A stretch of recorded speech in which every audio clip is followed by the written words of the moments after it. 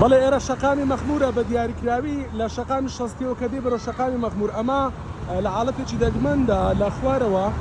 مەحاویلەی کارەبا ئاگری گرتووە ئێستا یعنی یەک بۆ شوێنە دووکەڵ برن دەبێەوە تیمەکانی بەرگری شارستانیش لێرەن بۆ چاودێریکردنی بارودۆخەکە وایە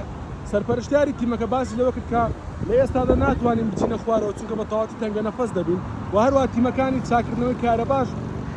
لێرن بەیانی خۆ بۆ کۆنتڕۆلکردنی ئاگری ئەو کێبلانەی کە لە خوارەوەیە تیمەکانی کارەبا باس لەوە دەکەن کە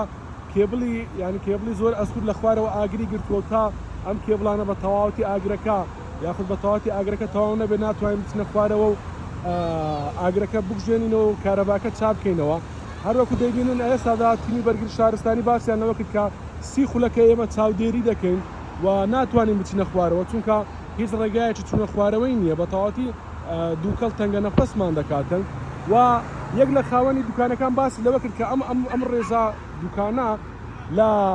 کاتژمێر 6ەوە کارەبایان پسراوە یاخود کارەبایان بڕاوە لە کاتژمێر 6ەوە ئەوەی مۆلیدەی هەبێ مۆلیدەی پێکردووە ئەوەی تر یاخود کارەباکەی بۆ خۆی تەرتیب کردووە و ئەمە ئەم مەحاویلەیە لە ژێر زەویە و لە ئێستادا هەروە دووکەڵەکە زۆرتر دەبێ و تیمەکانی بەرگری شارستانی وەک باسم کرد